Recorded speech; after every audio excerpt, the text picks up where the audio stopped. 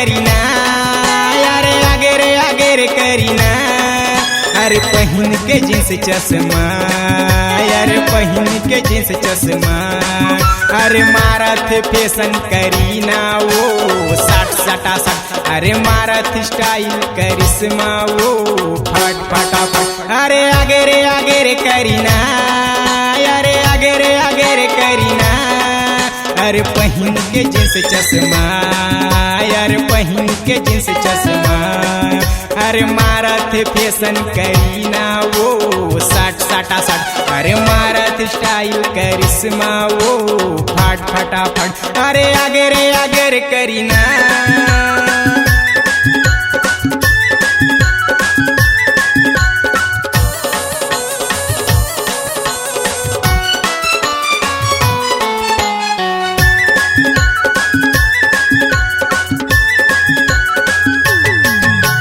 आंधी वो तूफान तैमूर दिल के जान, आंधी वो तूफान तैमूर दिल के जान। ये करीना ये करिश्मा, दिल लगाना वो दिल लुभाना।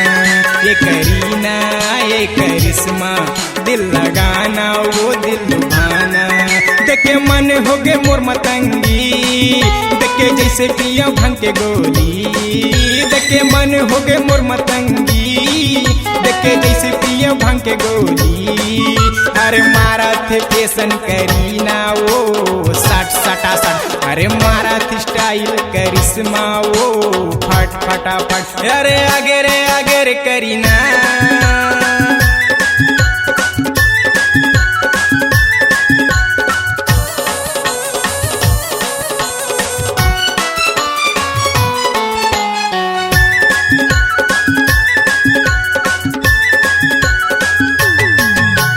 फेंके मैया के जाल मैं हो गए वो बेहाल। फेंके मैया के जाल मैं हो गए वो बेहाल। ए दीवानी मोरे रानी, मैया ला देना मैया ला लेना। ए दीवानी मोरे रानी, मैया ला देना मैया ला लेना। बिन बंदूक के तय गोली, लागे मोला वो तय गोरी। बिन बंदूक के तय गोली, लागे मोला वो तय गोरी। अरे मारत फैशन करीना वो साठ सटा सट। अरे मारत स्टाइल करिश्मा वो फट फटाफट। अरे आगे रे करीना, अरे आगे रे करीना। अरे पहन के जींस चश्मा, अरे पहन के जींस चश्मा। अरे मारत फैशन करीना वो साठ सटा सट। अरे मारत स्टाइल करिश्मा वो फट फटाफट। अरे आगे रे करीना, अरे आगे रे करीना। अरे पहन के जींस चश्मा, अरे पहन के जींस चश्मा। अरे मारत फैशन करीना वो साठ सटा सट। अरे मारत स्टाइल करिश्मा वो फट फटाफट। अरे आगे रे करीना।